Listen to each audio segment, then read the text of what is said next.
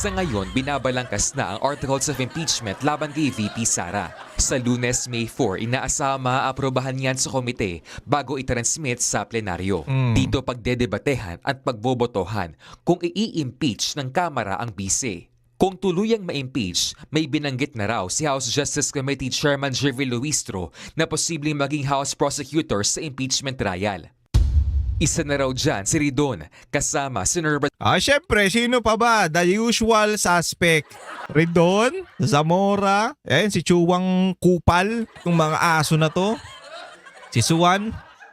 Si Dilima, syempre. Eto si Flores, hindi ko kilala to eh. Jonathan Flores. At syempre si Jokno, walang duda yan. Yan talaga kasama yan.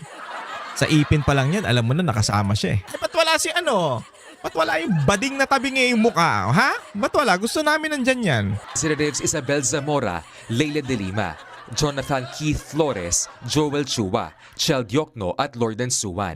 Maliban sa kanila, inaasahang magkakaroon din ng private prosecutors para sa paglilitis sa bise. Samantala, ayon kay Senate President Pro Tempore Ping Lacson, maaaring mag-convene agad ang Senado bilang impeachment court oras na matanggap ang articles of impeachment.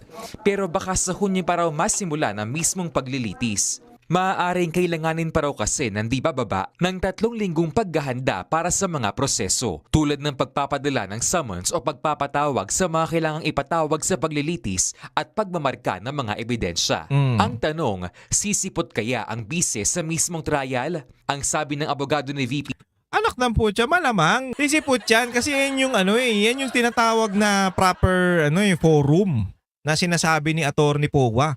'Di ba? Putya yung ginagawa nila diyan sa Congress sa HOR kalokohan lang naman 'yan.